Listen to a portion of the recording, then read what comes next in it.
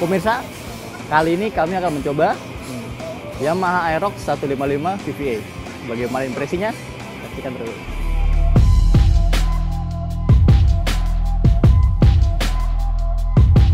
Ngomongin soal desain, Skutik ini sporty banget. Nih, desainnya aerodinamis, lancip. Sampai lampu-lampunya nih, lampu LED utamanya ini sipit banget. Jadi sporty. Nih, spakbor depannya punya dua. Satu warna yang sesuai body. Nah, kupingannya ini plastik seperti layaknya karbon, pattern karbon. Sedangkan velg depan punya lingkar 14 inci dengan lebar 2,5 inci dan bannya 110/80. Nah, nih di bagian kakinya jangan harap pengendara bisa selonjoran ke NMAX. Kali ini kakinya seperti skutik biasa, nggak bisa sampai atas. Nih bagian sampingnya, bodinya agak membulat di bagian samping, kemudian meruncing di bagian belakang layaknya motorsport. Jadi membuat stop lamp motor ini lancip banget, tipis. Kemudian ada, jangan lupa di sini ada behel tersembunyi. Ini untuk membantu kita saat ingin memposisikan motor di standar tengah. Bagian belakangnya, lihat nih, seperti yang saya bilang sebelumnya. Oh, lampu belakangnya tipis. Kemudian ada nih lubang behel yang tadi saya udah kasih tahu. Kemudian ada lampu sein yang terpisah seperti motorsport. Dan yang paling membuat motor ini terlihat gambot dari belakang adalah bannya. 140/70 ring 14 dengan velg 3,5 inci. Ini gede banget, beneran gede banget dilihat dari belakang. Terus bodinya juga, nih bodi belakangnya dilihat dari belakang juga kembung, namun tetap agak meruncing, jadi tetap sporty. Keren kan? Bro, keyless bro. Hari gini pakai kunci. Nih, Aerox 155 VVA tipe S. Nih, pakai keyless. Cara pakainya sini lihat. Nih, motor dalam keadaan kunci stang. Yang pasti harus deket motor nih ya, sensornya. Cara buka pertama, tekan sambil putar kanan. Nah, ini ada di posisi off. Nih, tuh udah rilis kan kunci stangnya. Kemudian tekan sekali, lalu ke kanan. Ini open. Ini buat buka tangki bensin sama jok. Tapi ini belum elektrik. Dia masih pakai kabel, jadi butuh tenaga agak kuat. Set. Kapasitasnya 25 liter. Ya cukup sih buat masuk helm, tapi sayang helmnya pasti bakalan baret. Masalahnya posisinya harus seperti ini, tiduran. Oh, gini baru bisa tutup. Berarti kalau yang punya Aerox ini paling tidak bagian bawah bagasinya harus dilapis lagi nih, entah pakai karet atau apa, supaya helm tidak langsung bergesekan dengan bagian sini. Nih di sini ini melakukan aki, cuma bukannya harus pakai obeng ya, obeng kembang kanan kiri. Di sini nomor rangka. Ya kalau yang mau gesek-gesek nomor rangka, jadi di sini nih, biar nggak nyari-nyari lagi. Dia ditutup pakai karet. Gampang kok, tinggal tarik doang. Dengan memposisikan knob di posisi open tadi, terus pencet tombol fuel, kapasitasnya 4,6 liter. Jadi tutup lagi deh. Up. Nih di motor ini ada laci. Kita buka ya, cara dengan menekan sekali. Nah, kebuka. Di dalamnya ada power outlet 12 volt. Bisa untuk ngecas handphone, tapi kalian mesti beli dulu lighternya nih yang kayak di mobil. Lacinya juga cukup dalam, jadi saat ngecas bisa dibuat taruh HP. Tuh. Tapi hati-hati, ini nggak ada kuncinya, jadi cuma tekan gini doang. Jangan sampai HP-nya ditinggal di parkiran, hilang bro. Tekan kali lagi, lalu putar kanan. Tuh, speedometer sekarang udah on, motor udah bisa nyala. Grung, grung. Misalkan setelah kita menggunakan motor ini, tapi hanya memutar knob di posisi open, motor ini akan memanggil kita saat kita meninggalkannya. Nih lihat ya, ini remote-nya. Tungguin di sini.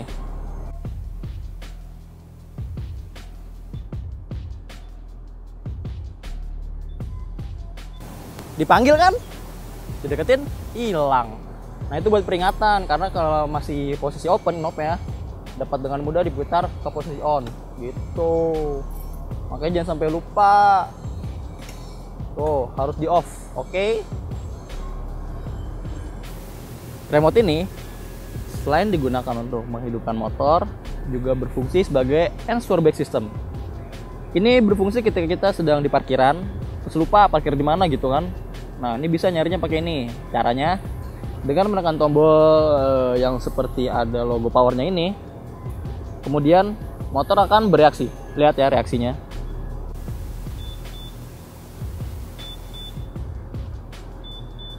Motor akan berbunyi bip-bip 2 kali, dibarengi juga dengan lampu kedua sennya yang menyala.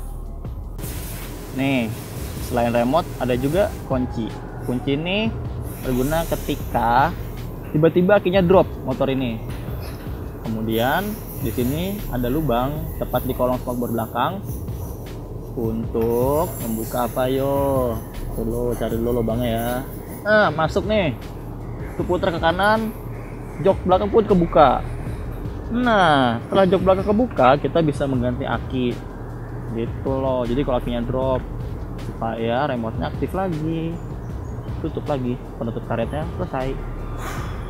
Fitur lainnya adalah motor ini sudah disebatkan dengan Smart Motor Generator. Ini membuat motor ini sudah tidak lagi menggunakan dinamo starter.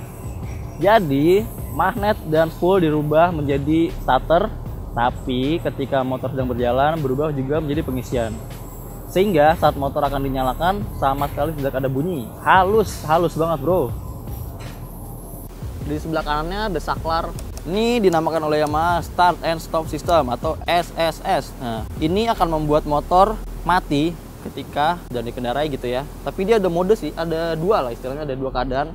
Jadi kalau kita habis ngebut terus berhenti, langsung berhenti, motor akan langsung mati. Tapi ketika kita sedang merayap di kemacetan dan di bawah 10 km per jam, jalan pelan, kemudian kita berhenti, motor akan mati dalam waktu 5 detik. Jadi ada perbedaan tuh, ya kan? Saklar kirinya seperti biasa ada sein, ada klakson, kemudian high beam, low beam. Cuma ini tebel banget, men. Tebel banget ini. Jadi udah beberapa kali sih mencoba motor ini, lagi jalan ngeng, tiba-tiba pengen klakson mendadak itu. What? Aduh, susah banget, men. Beneran susah banget. Menjangkaunya tuh ini terlalu tebel. Beda sama Yamaha NMAX yang kayaknya lebih tipis gitu. Jadi untuk menjangkau tuh gampang. Ini kan tuh jempol kita tuh harus membuka lebar baru bisa mencet. Gitu. Karena rem belakangnya tromol, nah Yamaha memberikan brake lock pada Aerox 155 VVA ini. Ya gampang sih operasinya, tinggal tarik rem, terus pakai telunjuk dia tekan. Sebagai fitur keamanan, motor ini dibekali dengan ABS anti-lock braking system. Tapi cuma ada di depan. Nih, ini sensornya. Nih, kedua sensornya ini untuk mendetek roda depan berjalan. Karena roda belakangnya masih menggunakan rem tromol, yaitu dia makanya satu channel doang di depan. Tapi lumayan lah, ABS-nya empuk kok, nggak kasar. Tapi ada sedikit bunyi-bunyian gitu kalau kita lagi nge-brake terus slip. Mungkin modul ABS-nya kali ya, ada bunyi di dekat kontak sini. Tapi oke. Gimana performa sama handling dan impresi berkendara dengan skuter ini? Mari kita cobain. Pakai helm dulu ya.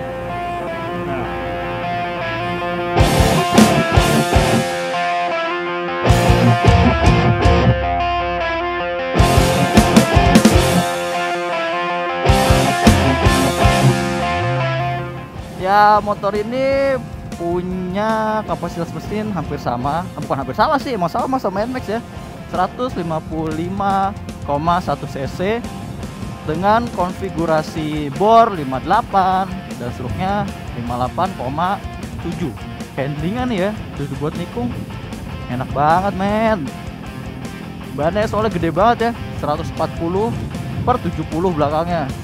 Suspensinya oke nih, lebih bersahabat dari Yamaha NMAX. Dengan bobot saya yang 57 kg, lebih enak buat jalan sendiri gitu. Untuk melibas jalanan jelek sih oke. Buat tikungan juga tetap stabil. Tenaganya sih klaimnya punya 14, sekian HP. Ini emang enak banget, bertenaga banget tuh. Wih, tuh enak, men, beneran lebih enak dari NMAX sih.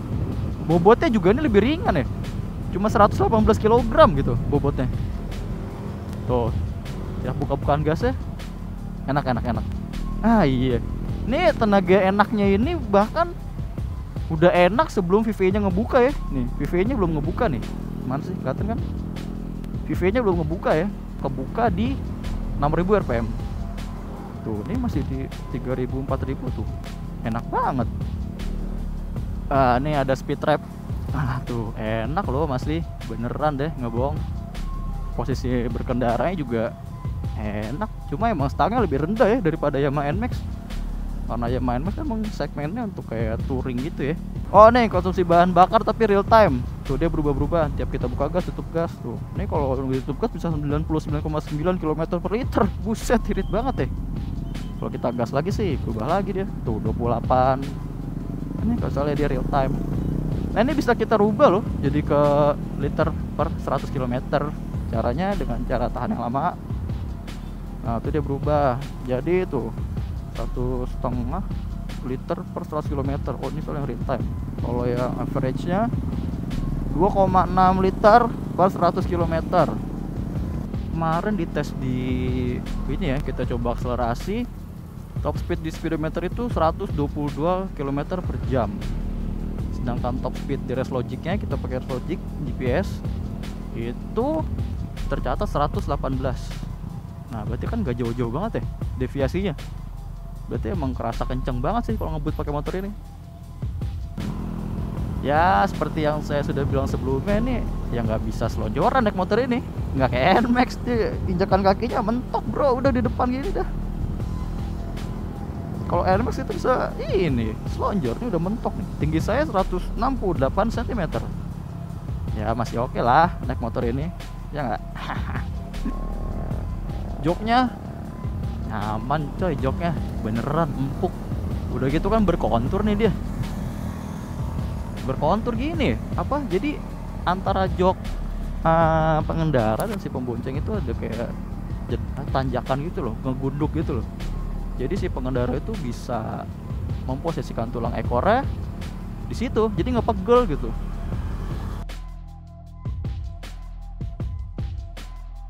Kita lihat isi speedometernya. Nah waktu nyala layarnya biru ya, ini LED biru karena dia di varian S tertinggi, kalau di varian R warnanya merah.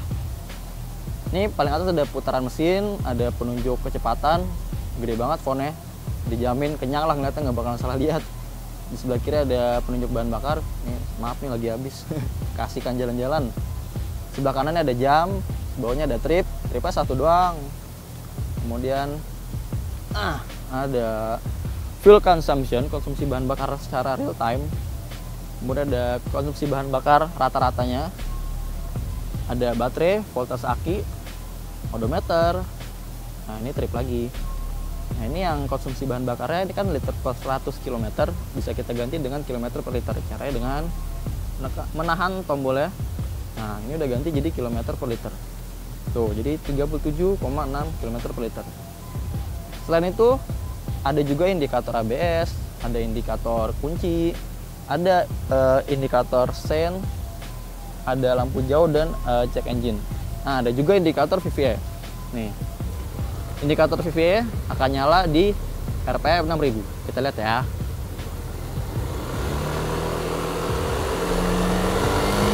Oh nyala kan, ini berarti VVA nya sudah aktif. Ini off lagi.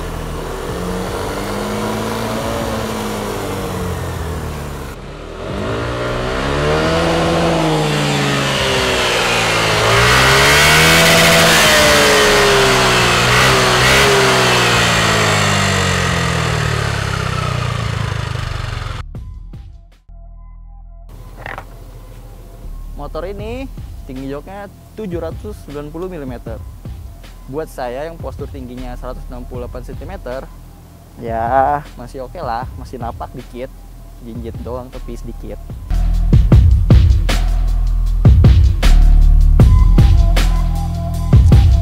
Kesimpulannya, motor ini merupakan Matic yang sporty.